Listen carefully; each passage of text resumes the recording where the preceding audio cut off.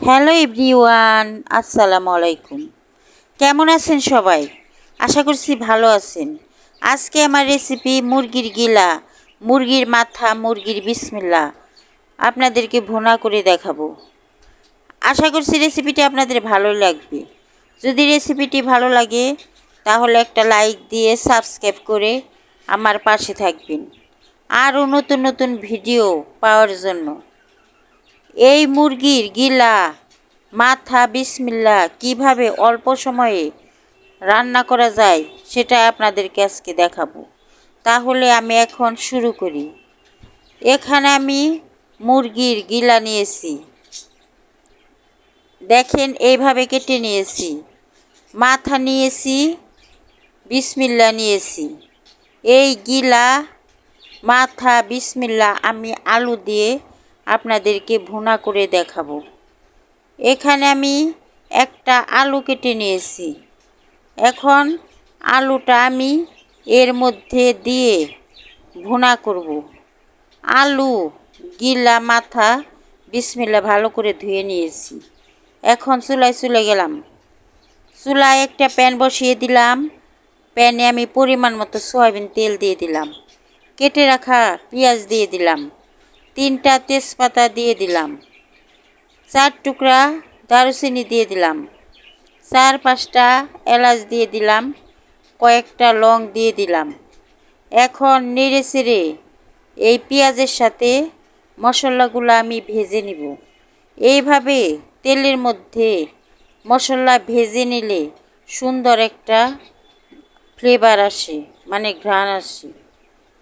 ওই কারণে আমি পেঁয়াজের সাথে মশলাগুলো ভেজে নিলাম। এখন অল্প একটু পানি দিয়ে দিলাম যাতে পুড়ে না যায়। এর মধ্যে আমি লবণ দিয়ে দিলাম স্বাদ মতো। আধা চামচ ধনিয়ার গুঁড়া, আধা চামচ হলুদের গুঁড়া, আধা চামচ লাল মরিচের গুঁড়া দিয়ে দিলাম। এখন এর মধ্যে আমি আদা রসুন বাটা দিয়ে দিলাম 2-3 টেবিল চামচ পরিমাণ। এখন নেড়ে চেড়ে মশলাগুলা পানির মধ্যে মিশিয়ে নিলাম। যে গিলা, মাথা, বিসমিল্লাহ আমি ধুয়ে রেখেছি তা দিয়ে দিলাম। এখন আমি নেড়ে চেড়ে এর মধ্যে পানি দিয়ে দিব। যতটুক পানি দিব অতটুকু আমি রান্না করব। এখন পরিমাণ মতো আমি পানি দিয়ে দিলাম।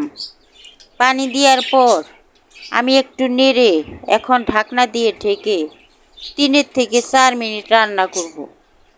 3-4 মিনিট পর আমি ঢাকনা উঠিয়ে একটু নেড়ে দিলাম।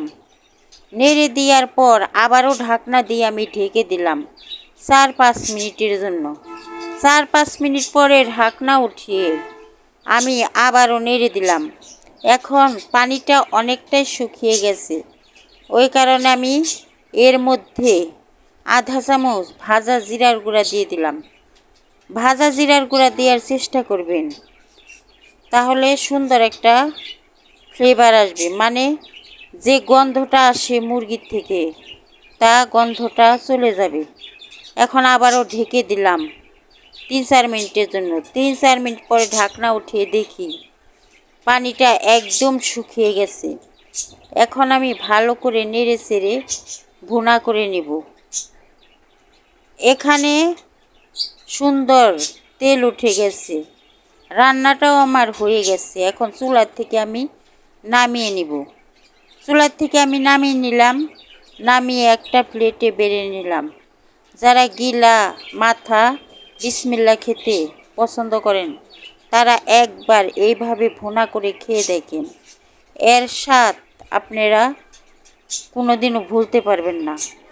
যদি আমার রেসিপিটি আপনাদের ভালো লাগে তাহলে একটা লাইক দিয়ে সাবস্ক্রাইব করে আমার পাশে থাকবেন। আর যদি ফেসবুক থেকে দেখেন তাহলে আমাকে ফলো করবেন। ধন্যবাদ সবাইকে।